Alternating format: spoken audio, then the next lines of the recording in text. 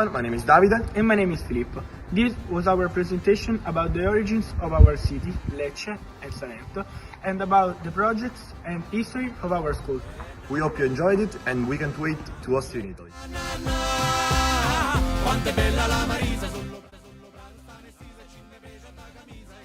Salento has always represented a point of connection between different worlds, thanks to its strategic location between the Adriatic and Ionian seas. This region, which over the centuries has been the scene of conflicts, migrations, and cultural exchanges, has played the role of a bridge between the eastern and western Mediterranean. From Roman trade, which brought local products to the coast of Africa and Asia Minor, to Byzantine Hellenization, which introduced Greek traditions and cultural practices, Salento has faced each historical phase as an opportunity for exchange and integration. Lecce, in particular, expresses its role as a bridge between cultures through its monuments. From the Roman Lupie to the Baroque era, the city has collected and adapted Greek, Roman, Byzantine and Norman influences, asserting itself once again as the cultural and artistic center of the region. Pre-Roman Salento, in the far south of Apulia, was occupied by people with Messapic origins, an Italic population peculiar for its language, culture and social organization. The Messapi, known for their skill in building walled cities and working with pottery, developed an economy based on agriculture, trade and maritime exchange with the nearby Greek and Illyrian populations. Their presence is testified by archaeological sites such as Rodi, Manduria and Otranto, full of megalithic walls, tombstones and inscriptions that say a lot about their lifestyles and traditions. In the 4th century, Rome conquered all of Salento. Lecce became one of Rome's city halls, known as Lupia. Nearby Rudia was the birthplace of the famous poet Quintiliano, who narrated 6 centuries of Roman history with his artwork. Between the end of the Republican Age and the beginning of the Imperial Age, Lupia was endowed with a forum, a theatre, an amphitheatre, paved streets, and an outlet to the sea, Porto Adriano. The meeting point of the Cardo and the Cumano, 2 most important streets of the city, corresponds to Piazza Duomo. Defensive walls were built over the Messapian ones. They were 4 kilometers long and 5 meters wide. Nowadays some sections can be found near Porto Napoli, Via Adua, Viale Lore, and Viale Manifattura Tabacchi, built with large blocks of limestone covering an area of 50 acres. Lupia's position along the road that connected Brindisi to Otranto allowed it to become an important commercial and administrative hub. Lecce began to stand out for agricultural and craft production, greatly contributing to Salento's role as a regional economic center. With the Greek Gothic War of the 6th century, Salento came under the control of the Byzantine Empire, which made it a pillar of Greek culture in Italy. The process of Hellenization intensified with the arrival of Greek monks, who were forced to leave Sicily because of the Arab invasion in the year 831. These monks brought with them not only religious practices, but also a cultural imprint that profoundly transformed the area. Monasteries were built, such as that of St. Nicholas of Casole near Otranto, which housed one of the largest libraries in the medieval Mediterranean. Greek and Latin books were kept here, making Salento a converging point between Eastern and Western culture. In addition, the presence of the monks favored the spread of Greco, a Greek dialect that is still spoken today in some communities in the Grecia Salentina. Differisce leggermente. Questo significa che dalla Grecia, quando sono arrivati i greci qua, non sono venuti tutti da un posto, ma bensì da diversi posti dalla Grecia, perché in ogni posto c'è la sua cadenza, la chiamano dialettale. Quelli che sono venuti dalla Grecia, forse 1000-1500 anni fa, non si sa quando sono venuti. Voi sapete quando sono venuti? Nel 700 a.C. sono arrivati i primi. Ah sì, quelli erano 700 anni fa, la Grecia. Poi sono un'altra cosa, i bizantini nel 700 d.C. Quindi almeno la storia così fa. Between 1054 and 1071, Salento was at the center of the crucial conflict between the Byzantine Empire and the Normans, who led by the Robert Guiscard conquered Otranto in 1068 and marked a turning point in the region's history. The Norman victory starts a process of Latinization, with profound changes in a political administration and ecclesiastical structure. The Latin religious hierarchy gradually replaced by Byzantine one, and the Catholic rite took over from the Greek one, although the imposition was neither immediate nor total. The Normans, while introducing their own feudal system and consolidating territorial control through the construction of fortifications, maintained a certain tolerance toward local traditions. Italo-Greek monasteries continued to play a significant role in their religious and cultural life, while Byzantine art and architecture still profoundly influenced the cultural landscape of Salento. In Lecce, Norman conquest became evident as early as 1058, when Goffredo d'Altavilla transformed the city into an important center of feudal power. Lecce was equipped with walls and castles that increased its strategic value. In this context, the construction of churches in the Romanesque and Roman style marked the beginning of a new architectural and religious space, making Lecce a key point for the control of the southern Italy.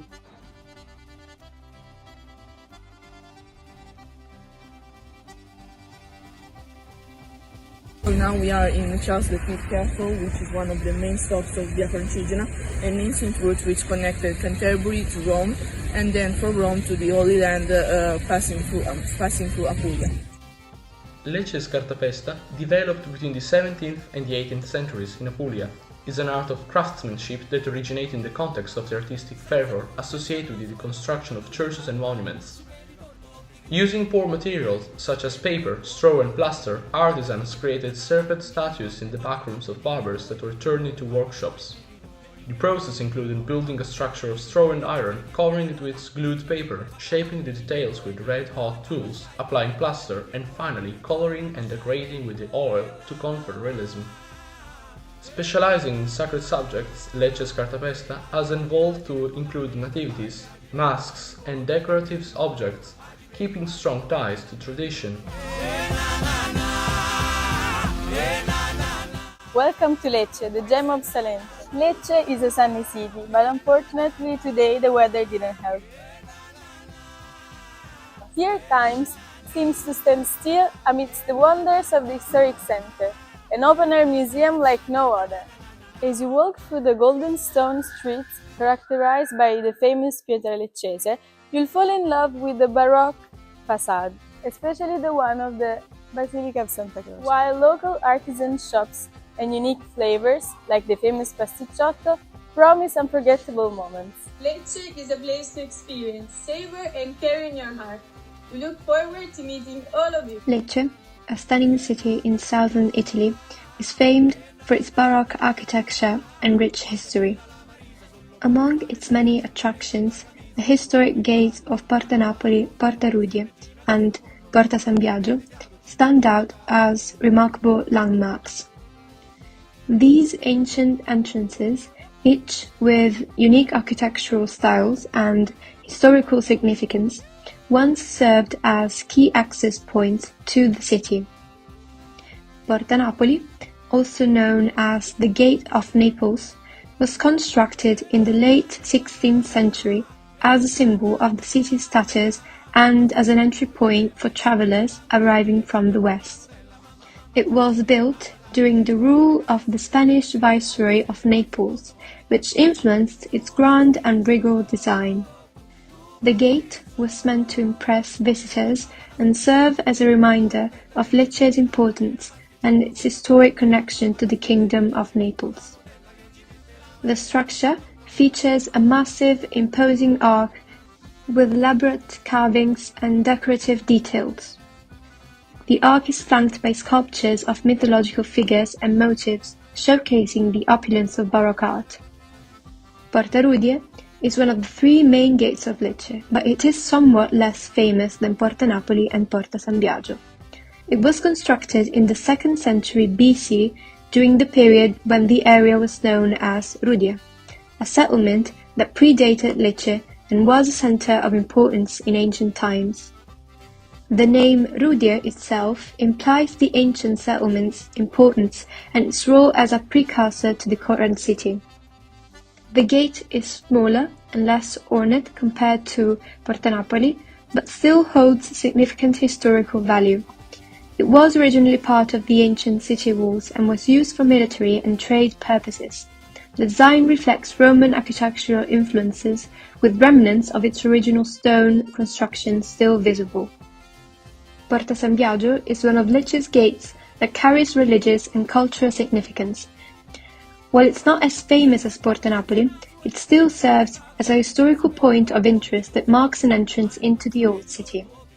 The gate serves as a reminder of Lecce's spiritual heritage. This gate was historically used as an entrance for pilgrims and travelers heading to the church and other religious sites within the city. The gate is more modest in scale compared to Porta Napoli, but still displays intricate stonework and detailed carvings. The structure has a symmetrical design that echoes the aesthetic of Baroque architecture, characterized by its use of columns, archways, and sculptures. The Roman amphitheater of Lecce, located in the historic center of the city, dates back to the 2nd century AD and could accommodate up to 25,000 spectators. Discovered in 20th century, the amphitheater lies beneath Piazza Sant'Oronzo. It was used for gladiator fights and other public spectacles. Although not fully visible, the exposed part provides a fascinating glimpse into the life in the ancient city. Lecce is a Baroque city rich in history and art. The Basilica of Santa Croce showcases intricate Baroque details, making it a masterpiece of their style. The Duomo, with its imposing bell tower, stands as a symbol of faith and a central point of the city's history. Piazza San Matteo, with its church combining Renaissance and Baroque elements, offers a more intimate and serene atmosphere. These landmarks highlight Lecce's unique blend of architecture, culture, and tradition. The Church of Santa Chiara in Lecce is a stunning example of Baroque architecture, nestled in the heart of Italy's Salento region. Built in the 17th century, it stands out for its elaborate facade and elegant interior, which includes a strikingly detailed altar. The ceiling, with its unique papier-mâché elements, is a rare and beautiful feature. Santa Chiara is a symbol of Lecce's rich cultural and artistic heritage, offering visitors a glimpse into the city's deep connection with art, faith, and history. Piazza Mazzini is a square in the center of the new part of Lecce. It is a modern square which differs a lot from the Baroque style that Lecce is famous for. In the center of the square, we can see a beautiful fountain with its unique contemporary design, which is the protagonist of all the environment. This square is a vibrant spot in the city where you can meet friends, do some shopping, or take a break with an espresso. Liceo Scientifico Cosimo De Giorgi is one of Italy's oldest and most prestigious high schools, celebrating its 100th anniversary in 2023. Our school is named after Cosimo De Giorgi, a remarkable scholar from Salento, whose legacy continues to inspire us. Cosimo De Giorgi was born on February 9, 1842 in Lizzanello near Lecce. He was a man of many talents, excelling in literature, philosophy, medicine, and archaeology. After graduating in literature and philosophy in 1858, he pursued a degree in medicine, specializing in surgery. De Giorgi was not just a scholar, he was a dedicated community servant, actively involved in the political, social, and cultural life of Lecce. His expertise was vast, and many local institutions saw his collaboration. Despite his plans to study abroad, he returned to Lecce after his father's death and focused his research on our region.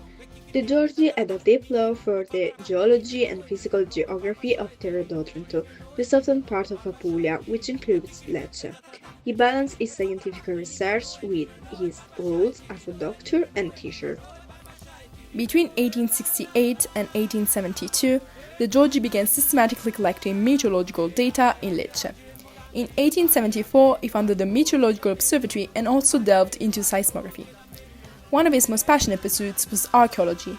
In the early 1900s, during the construction of the Italian Bank building, he discovered the Roman amphitheater in Lecce. He dedicated himself to the excavation work, which continued until 1940. Thanks to his efforts, this ancient monument is now one of Lecce's most significant attractions. Cosimo De Giorgi passed away in 1922, and to honor his immense contributions, our school was named after him the following year.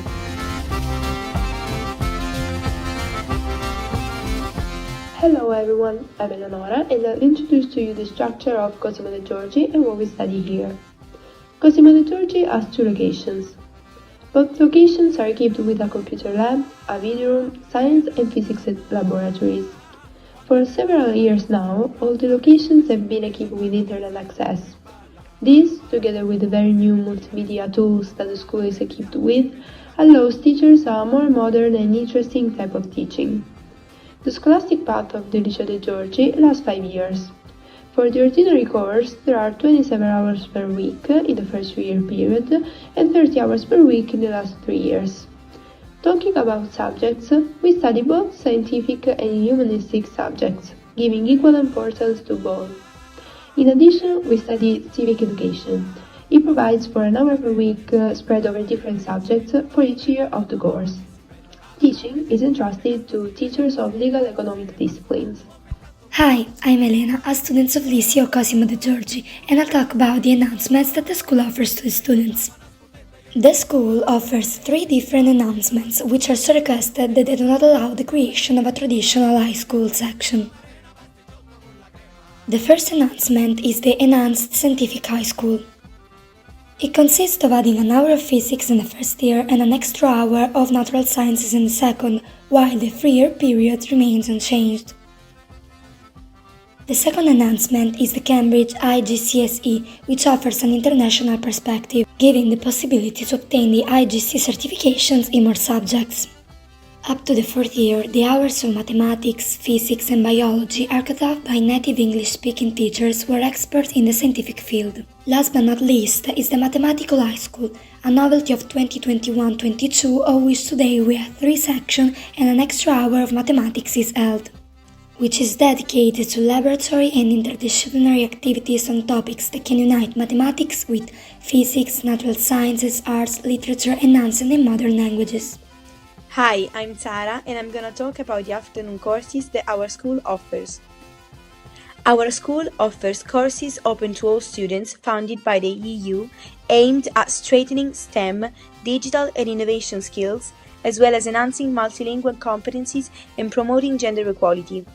For instance, the school offers the following areas of focus: language skills, courses designed to help students prepare for language certification exams; STEM skills, activities to engage students in science, technology, engineering and mathematics, encouraging them to explore related fields of study; digital and innovation skills, workshops on robotics, coding, computational and probabilistic thinking, artificial intelligence and 3D design.